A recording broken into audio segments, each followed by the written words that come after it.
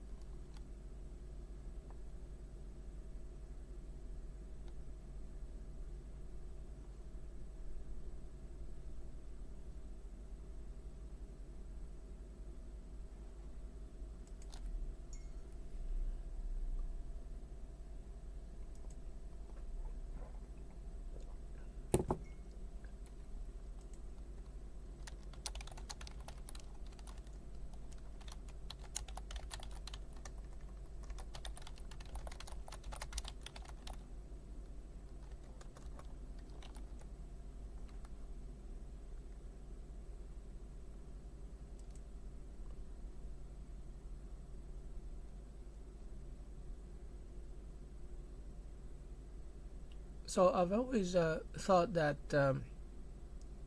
the number one problem of almost all human beings is money.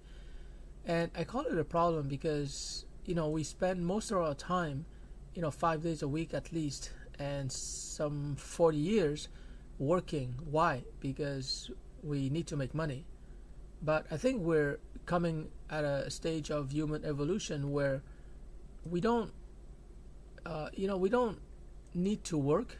And that's because machines, robots, software, especially AI, is going to do the work.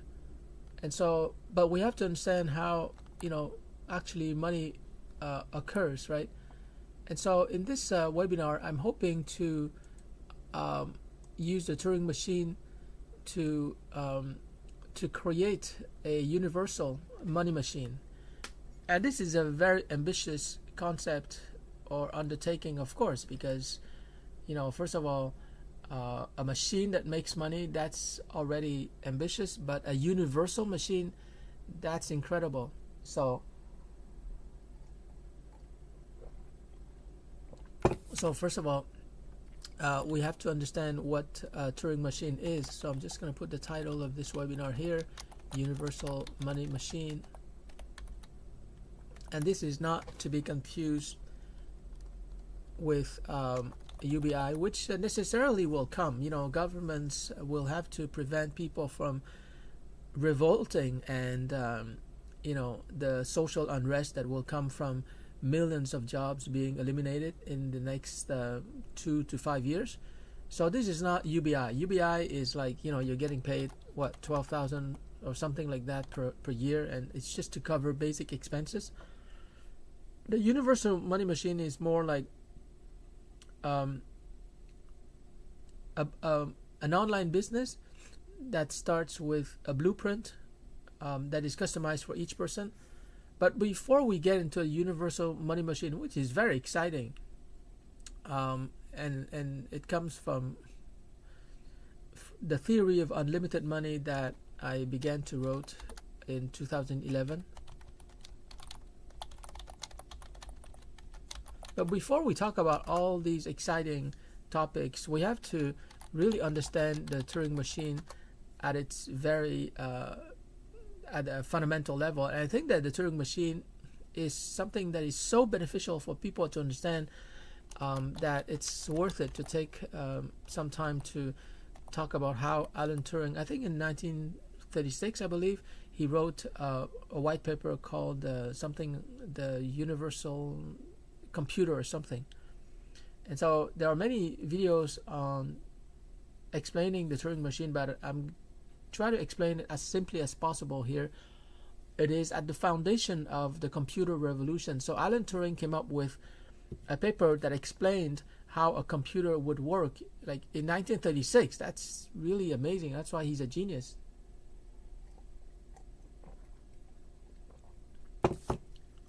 So the basic idea, I want to explain as simply as possible, but the basic idea behind the Turing machine, which is a universal computer, or actually he calls it a universal machine, which I don't know what's the difference, but anyways, I'm going to explain how a Turing machine actually works. So it has a scanner, and the scanner will basically scan, a ribbon. Well, is it a ribbon? A tape. It's gonna scan a tape, and it's going to read a symbol on the tape. So the symbol can be 1, 2, 3, etc., or it can be A, B, C. Now, for those, by the way, who know what a Turing machine is, please be patient. I need to explain it in detail because most people, even people who like use computers every day, they don't understand. So it's really important to go through this. So the first element is a scanner that scans a tape, so it can recognize a number or a letter. And of course, it can be any symbol. And then the second step is that the Turing machine would decide to take an action. So actually before it takes an action, it will recognize the symbol.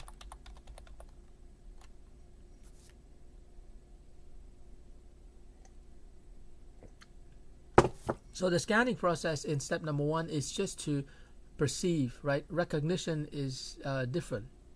So for example, a child can scan his environment and he actually sees a tiger, but he doesn't recognize the tiger. Maybe he doesn't know maybe what a tiger is, but once he learns what a tiger is, then he recognizes that a tiger, and that's when he's afraid and he's going to run away. So scanning or perceiving is different from recognition. So anyways, the Turing machine recognizes the symbol, and then it's going to use a table, and I'm going to show you later on the Turing tables that we're going to use for building this universal money machine. And by the way, we're going to build this universal money machine together because I was inspired by the latest book by Eliezer Yudkowsky. His book, just going to write it here, his book is called, it's a very doomeristic, pessimistic book, warning people against artificial superintelligence. And his book is titled, "If Anyone Builds It, Everyone Dies." And Eliezer Yudkowsky's idea, and he's been saying this for years now, is that if we build a super intelligent, everyone's gonna die. I'm not totally convinced of that. I think that it's a risk, but that's beyond our our pay grade. We don't have to worry about that. That's the stuff that Elon Musk and Donald Trump and Xi Jinping and all these people at the top, that's what they have to worry about. It's like a nuclear weapon. But anyways, from his book, I thought of a more optimistic book or video course that I want to create, or a system, and it's called If Everyone Builds It, because I want to create an artificial business intelligence that is open source, like Linux. So if everyone builds it, everyone gets rich. I think that my book, which is more optimistic and more focused on people's self-interest, I think it's going to be more successful than Eliezer. Not necessarily more important, but more popular, because nobody wants to think about the apocalypse, right? Like, maybe the people in AI research and people in the government. But I think that the overwhelming majority of humans, 8 billion humans, they want this. They want to work together so that everyone can get rich, and we can work together to create this universal money machine. It's not open AI, it's not Google, it's not Facebook, Meta that's going to enrich you. It's not Nvidia. Although, if you invested early in Nvidia, congratulations, you're probably going to get rich. But with the universal money machine, you can make so much money that you don't even care about Bitcoin, you don't care about Nvidia, Tesla. You're going to be able to print money. Like that's like, it sounds crazy, but you will be able to print money. That's my promise to you, okay? Because it's technically possible, it's logically possible, and together we're going to create something that is available to everyone. It's very much like Linux, except that Linux allows you to operate a computer or a phone or whatever. But with my universal money machine, and also with my artificial business intelligence, and with my open source business operating system for success, you will be able to print money. Now, not money illegally, of course, but what I mean is that you're going to be able to create so much value and easily convert that value to money. So that's what I'm promising you, universal money machine. All right, so let's go back to our previous discussion.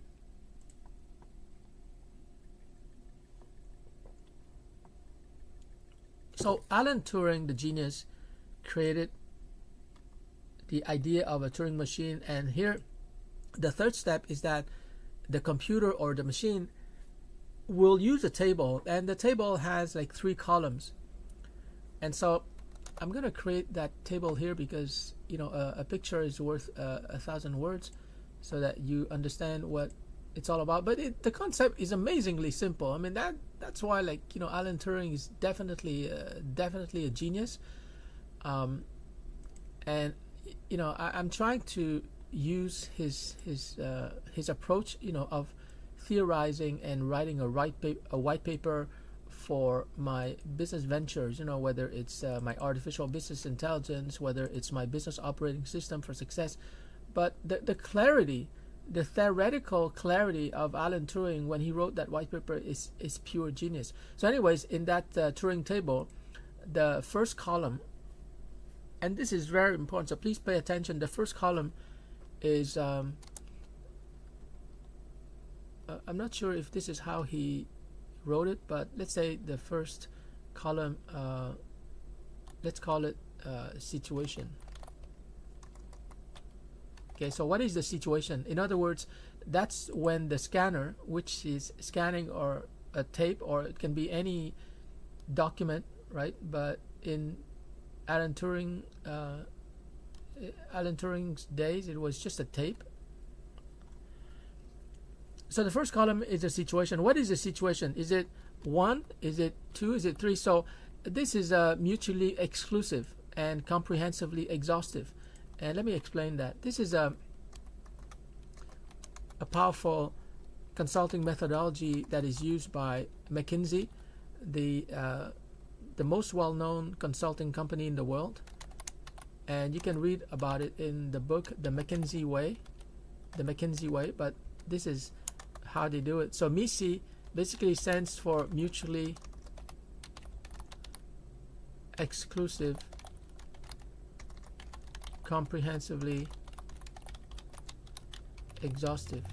So basically what it means is that when you're considering different options, you have to, so this is related to options, you have to create options in such a way that it's comprehensively exhaustive. In other words, you cover all the possible situation, and this is very important if you want to, virtually guarantee that you're covering all the possible situations. So to give you an example, in the old days, well, this is a very strange example, but in the old days before the woke movement, when you fill out a form, like you would be asked, are you male or are you female, right?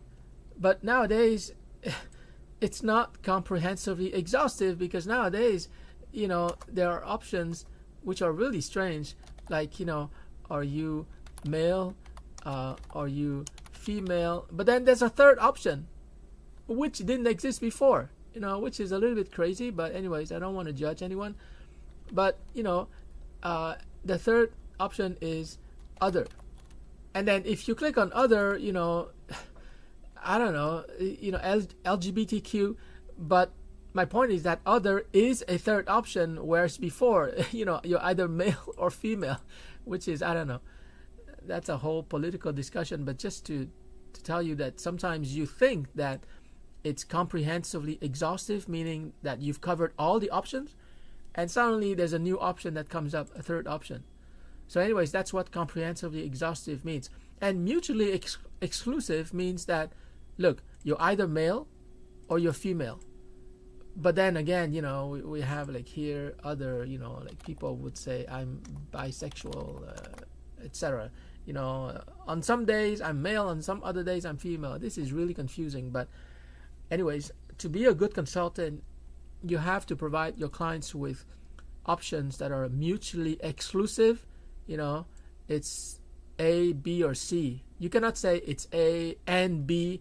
I hate it when I ask clients, especially women, when I ask them something and they say yes and no. No, you got to say yes or no. That's the beauty of business. You make money or you don't make money. Okay? Like here we're talking about how to make money. Okay? And that's the beauty of money. There's no ambiguity. When I ask people, what is your net worth? And people tell me, well, Peter, for me, abundance is the sun, it's my friends, it's family. Who cares? What is your net worth? That's really important. And so many people, especially women, they don't get to that level of ruthless clarity. Ruthless clarity means that you're either making money or you're not making money.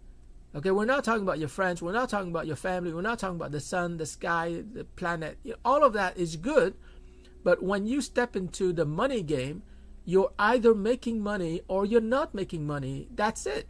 It's black or white. It's mutually exclusive. I'm sorry if I sound a little bit like aggressive, but I see so many people who don't have a solid head on their shoulders. They go into business and they talk about spirituality, they talk about abundance. They don't define the term. So, Alan Turing and people like that, when we talk about computers, when we talk about software, it's one or the other. And by the way, that's a problem with ChatGPT. One day it's going to tell you one thing, the next day it's going to, it's like it has a different mood. It's going to tell you something else. So ChatGPT is probabilistic, but my machine, I guarantee you, the universal money machine that we're creating, it's not probabilistic. It is deterministic, okay? In a sense that if you follow the step that the universal money machine will suggest that you do, you will make money. There is no doubt. It's not a gamble. That's why, like, in many ways, I don't really resonate with investing, because investing is just kind of like gambling. It's not gambling. It's more like, let's call it educated gambling, which is fine. I invested Bitcoin. My return on my crypto, I think it's 125%. So basically, I beat Warren Buffett. The return on my portfolio is 90%. That includes Bitcoin, but it has other stock as well. So I have nothing against investing. I make educated gambling guesses and I win. So nothing against that. But there's a lot of people in the world who don't have money to invest, right?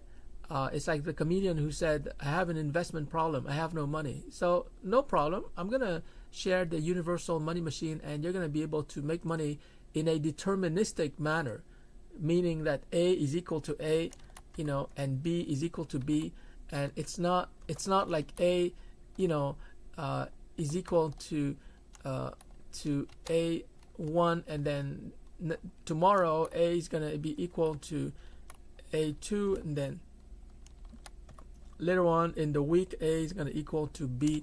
That's what ChatGPT is. ChatGPT is extremely powerful, but it's all probabilistic. It's only give you the most probable answer.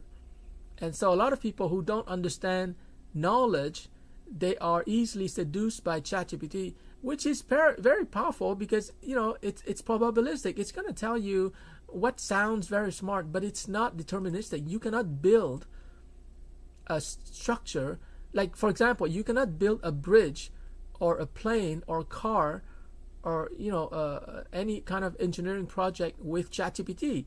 It doesn't have accountability, and even if you have a machine that executes the procedure given by ChatGPT, you never know, because it is probabilistic. So the simplest way to say it is that ChatGPT will never be able to instruct you on how to build let's say a car, a bridge, a building, because it is not reliable.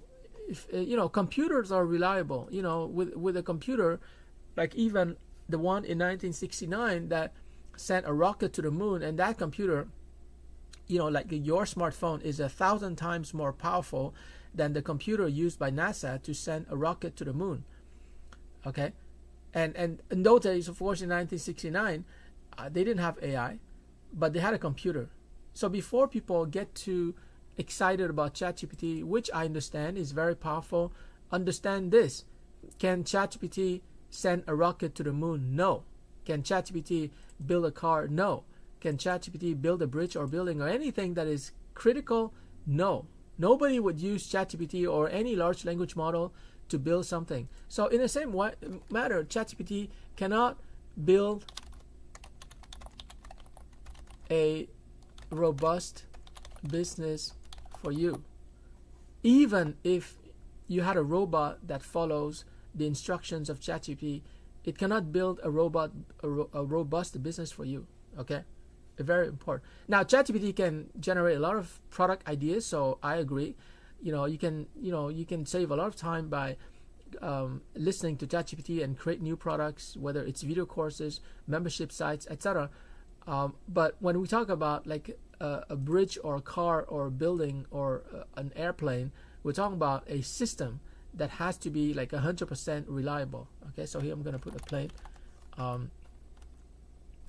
You need an AI that helps a system or a business. A business is a system that is 100% reliable. Now 100% is a little bit high, like even airplanes will crash. So let's say 99.9%. Okay, but you cannot get that kind of confidence, statistical confidence, with ChatGPT. All right, so I don't want to bash ChatGPT. It's very powerful. I use it every day, but you have to know what to use it for. And very quickly, before we get back to our Alan Turing machine and how it works, think of it like this. Think of my universal money machine is kind of like it builds the metal structure inside of every building. So the next time you go on the street and you see a building, you don't see the metal structure, but there is a metal structure that keeps the building from falling down. It's just it's not just walls made up of bricks and mortar. There's a metal structure that's very solid. And then ChatGPT or other large language model, they will generate all the walls, the bricks, the ceiling, and maybe the electrical wire So again, ChatGPT is a very powerful partner, but it is not the metal structure, and you need both. That's why, I've been talking to my friend Jonathan, um, a successful investor. He retired from the corporate world at age 39. I've been telling him that I use ChatGPT, but I use also my universal money machine, which creates the structure. You need the structure. Otherwise, you're going to start taking the answers from ChatGPT. So the analogy is that you're going to take the bricks, the walls, the ceilings from ChatGPT, but how are you going to put it all together? That's something that the universal money machine will help you to do. So here the question is, how the heck will you put together all the components generated by ChatGPT? Now, as an aside, OpenAI did say that at level number 5, and I mentioned this before, there are 5 levels. At level number 5, ChatGPT can create what I call exponential organizations, but that's the final stage. When ChatGPT, and in conjunction with Tesla and Optimus robots, maybe, but you don't need Optimus robots. Like if you're creating an online business, you don't need a robot.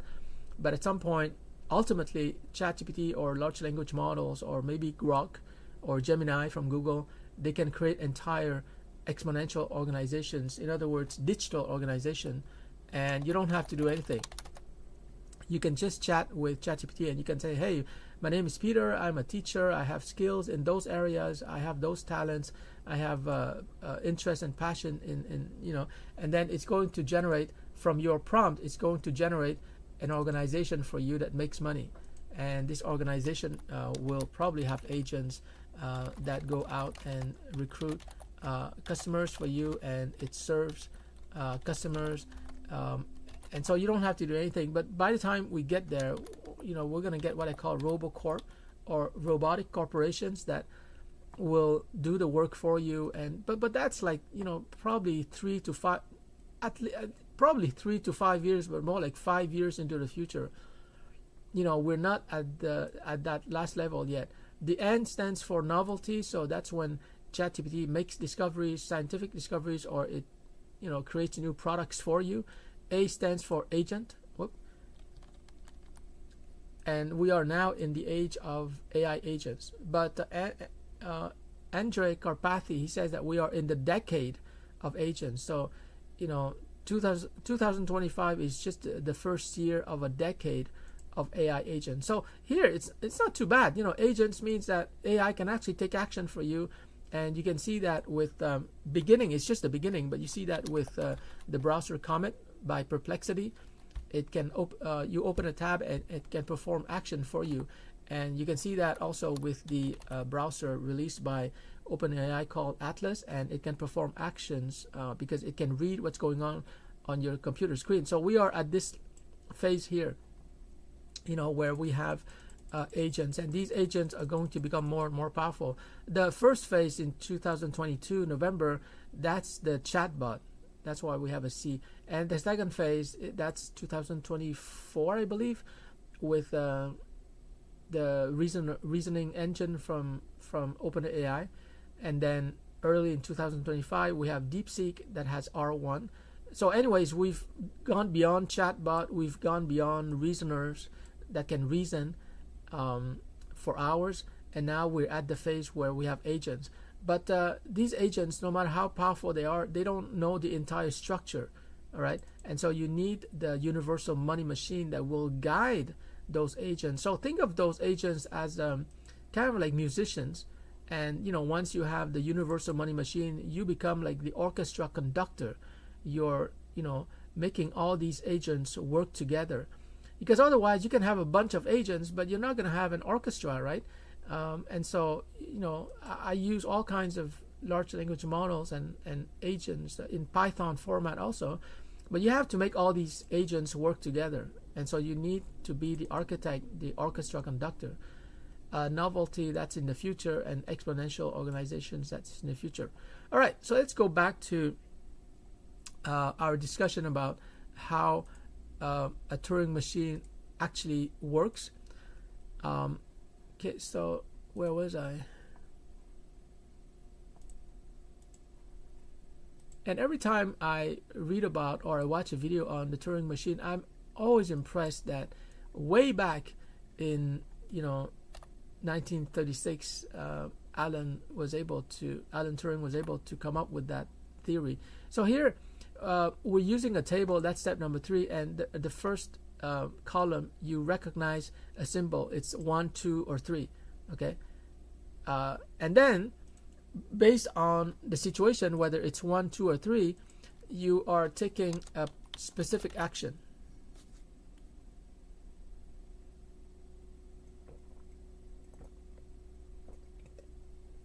And here the action is performed by the Turing machine.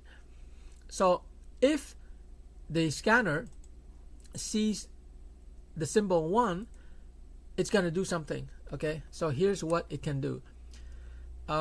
It can erase the symbol, so it can erase the number 1, and then it's going to move to the right and not to the left, and it's going to change to a new state.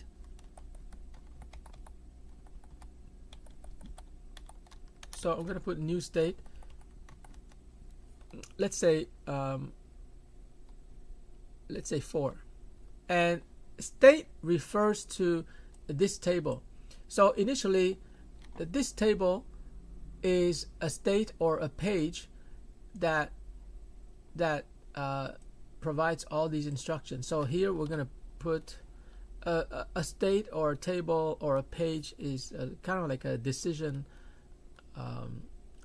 procedure. So here we're going to put state 1. And so there's another table that's called state 2, state 3, state 4. Okay, so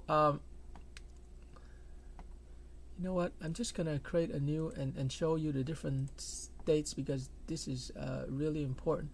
So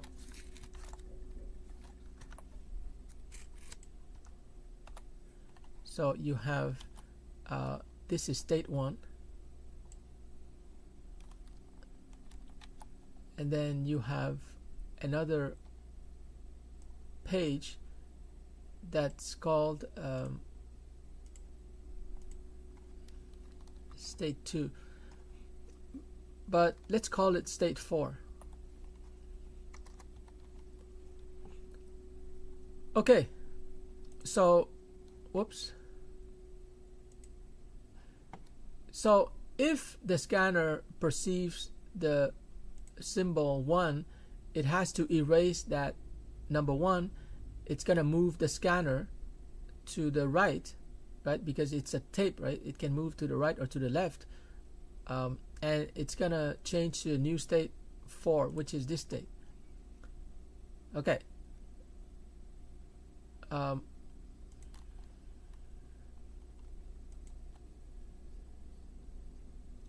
I'm not sure, but I think that you're not allowed to have an empty spot. So when it says erase, necessarily you have to print something. I think so. I'm not sure, because you cannot have like a blank.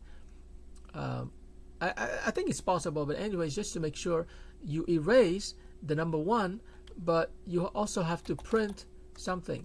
So let's say you print the number 2. Okay, so that's what you have to do. That's the action part after you have perceived and categorized the situation. So now you're moving to state number 4. This is the state that is active inside of the computer, and now it's a different decision table.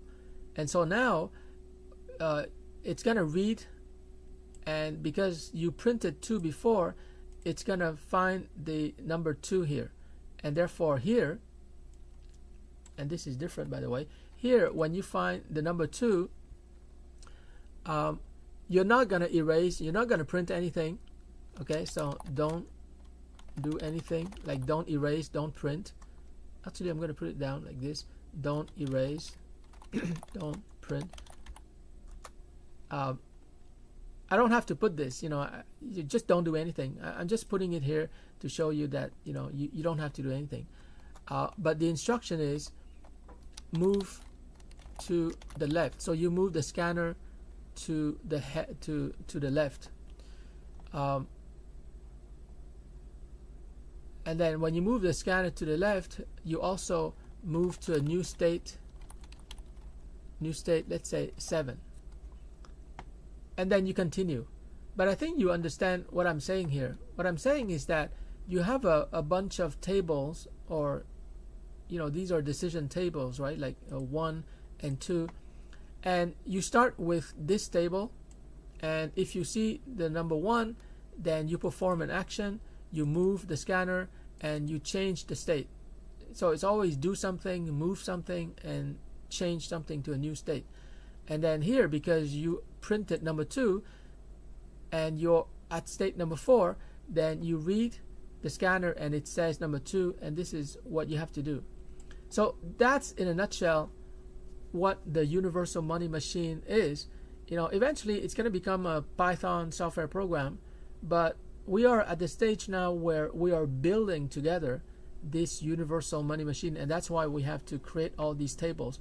But ultimately, all these tables will be like a Python program, and you're not going to be able to see the actions here, because when you use your Python program and you press on a button which corresponds to a situation, the Python program, which runs on your computer or Mac, it's going to automatically perform the action.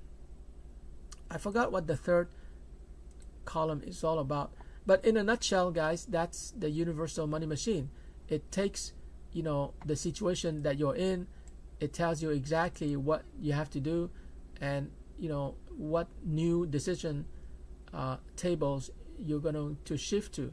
So I know all of this sounds very abstract, but I just wanted to give you at a high abstraction level how a Turing machine works, so that you can basically apply the functioning or the mechanism of a Turing machine to any area of your life that you find important. And the 4 key areas are health, wealth, peace, and relationships. And so now that you understand how a Turing machine works, and trust me, this is a huge step for you, because most people don't understand how their computers work. They use it every day, but they just don't understand. In the same way, like people go to school, they take courses, but they don't understand what knowledge is. So I'm going to talk about knowledge and the power and the nature of knowledge later on. But this happens quite often. I'm a professional student and I'm a professional teacher, so I always go deep inside, under the cover, so to speak. And you have to do that, because otherwise you're not going to be able to understand and leverage the underlying theory and mechanics. And just to give you an example, to encourage you to always go deep, because the people who make money are the people who go deep. You have to get technical at some point. So imagine that you have an iceberg here, and you have a line, the water line, and most people are here.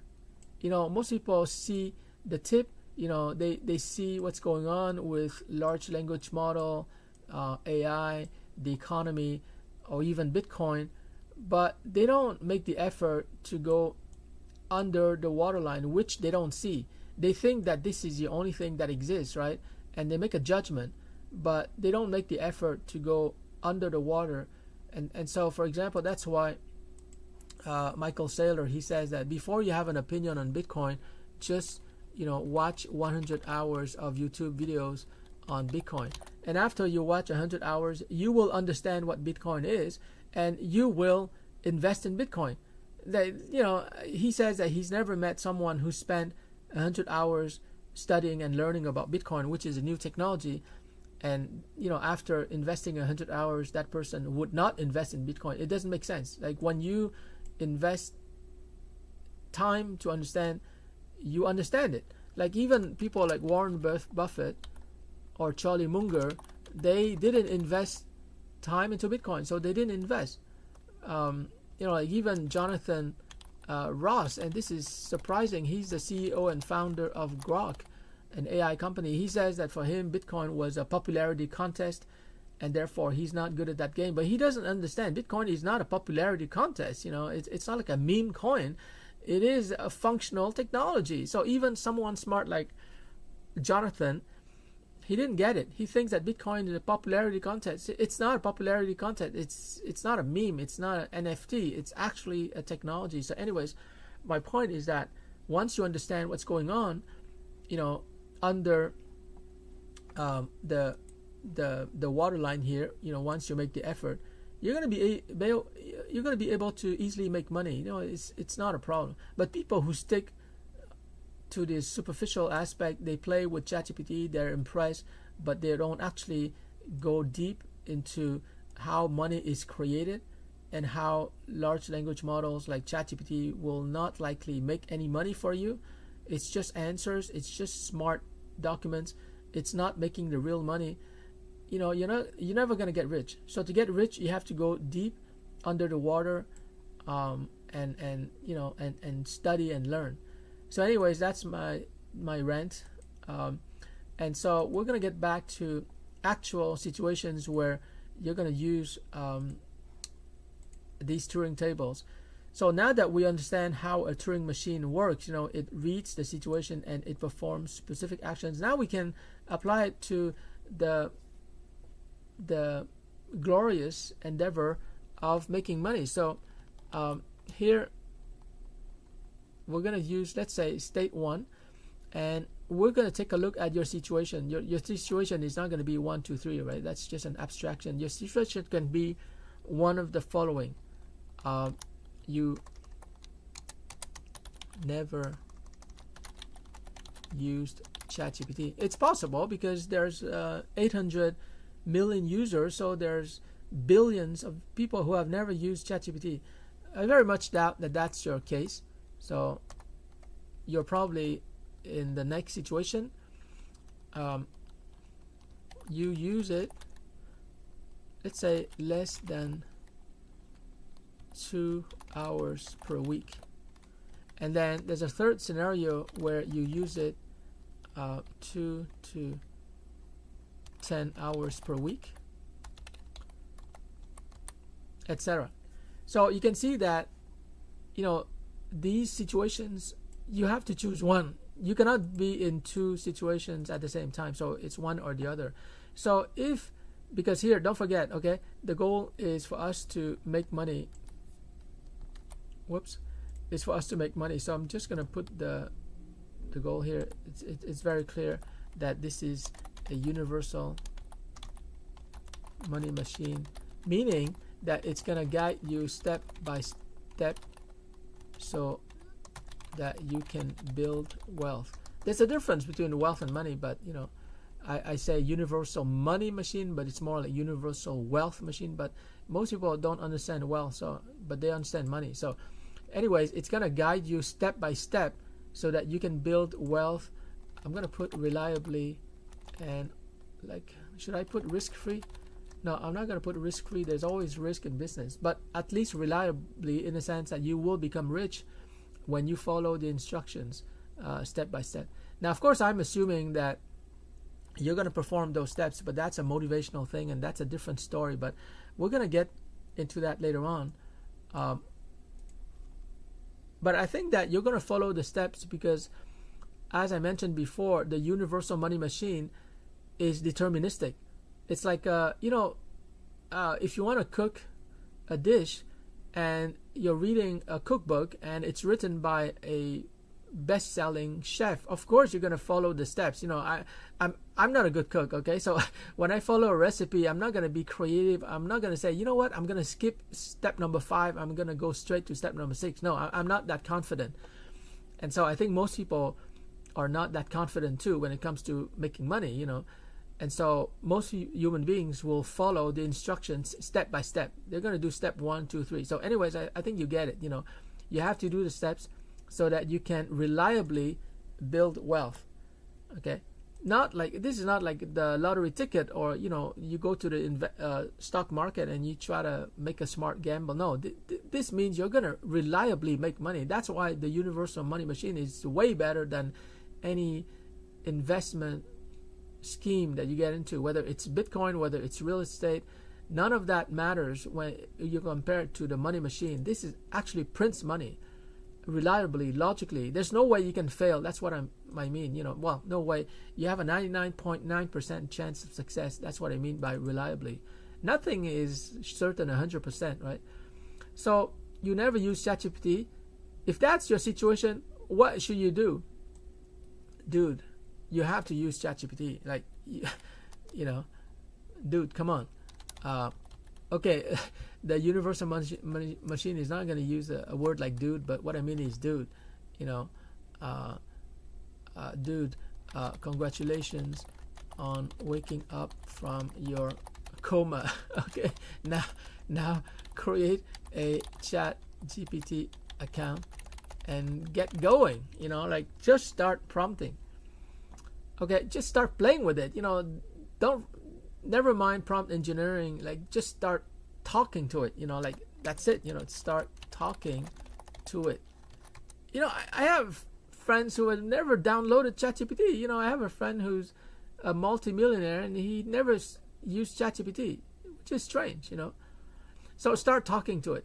Now, if you're using it less than 2 hours per week, well, you have to do something because you're behind. Okay, so this is not an action, but maybe the universal money machine is gonna send you a message.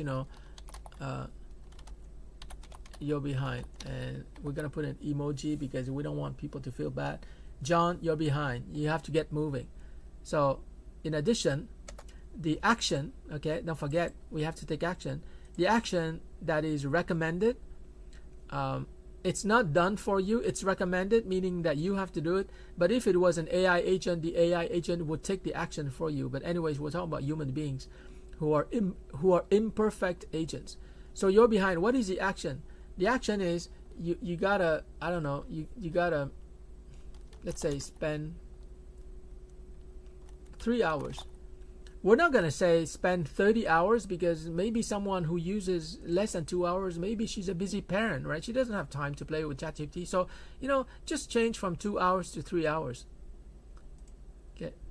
And here, we're not asking the person to move to a new table because it's just an action that they can perform locally, so to speak. So you don't have to go to a new decision table or maybe you should, I don't know. But anyways, let's go on, continue.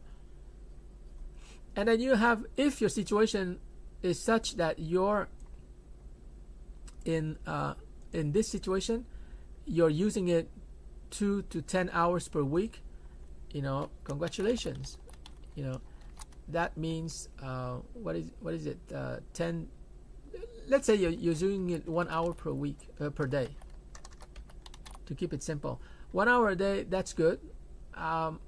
You probably don't need to spend more than 1 hour or 2 hours per day, but congratulations, 1 hour a day is good. But now, it doesn't mean that you're better than the person who uses it, less than 2 hours per week, because it's possible that this person, writes exactly the right prompts, and you're playing with it for 1 hour per day, but you're writing the wrong prompts, and you're not taking action based on ChatGPT's recommendation. So, don't be too quick to judge, because here we might have quality over quantity, and here we might have quantity but no quality. So in this table, I'm just going to put the notes. I'm sorry, but I forgot what the third table. I think it's important, but I forgot what it's about. Oh yeah, okay, I remember. Sorry. The third table is about the states. So here you perform an action, but the third column tells you if you have to change to a new state. So I'm just going to go back because I apologize, I forgot to mention this. So the third table is the states. So here, if you have to move to a new state, you have to put it in this column, because the action column is just for action. It's not about changing to a new state or a new decision table. So the states simply means decision tables, and each decision table has a number. Okay, so the second column is when you perform an action in your current situation, and here you have to move to a new decision tables. And I just want to explain quickly what a decision table is in a way that helps you to quickly understand what it is, because decision table sounds like very abstract. Like situation, we understand, right? Even if you're a teenager, you see something, you can recognize a situation. And here I'm just going to put precuneus because I'm going to explain later on like how people categorize what they see. Precuneus is an area of your brain that will recognize a situation. I'll talk more about that, but a decision table, the simplest way to describe it is, how can I put this?